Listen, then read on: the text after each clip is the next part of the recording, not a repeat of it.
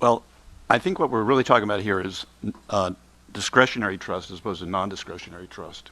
And you make this distinction in the article you're talking about. So let me just talk about discretionary trust, where you tell your broker, take my money and make me lots more, and I'll be happy with whatever you do.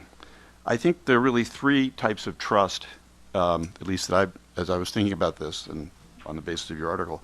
I think there's what I would call the Madoff trust, which is you want to be involved in some secret society, and there's some secret thing with a handshake, and you're being let in on something else that the rest of the world doesn't know about. So there's that trust.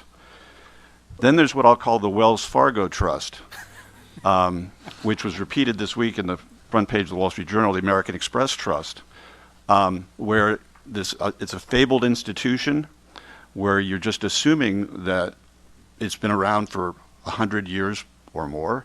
They must be honorable people because they've been around for so long and they have a fabled name. And of course, they would never do anything wrong. I mean, that was sort of my reaction. I was in Europe and I was reading the International Herald Tribune. I could not believe that Wells Fargo could possibly have done what it did, just because it seemed unthinkable. So there's that kind of trust.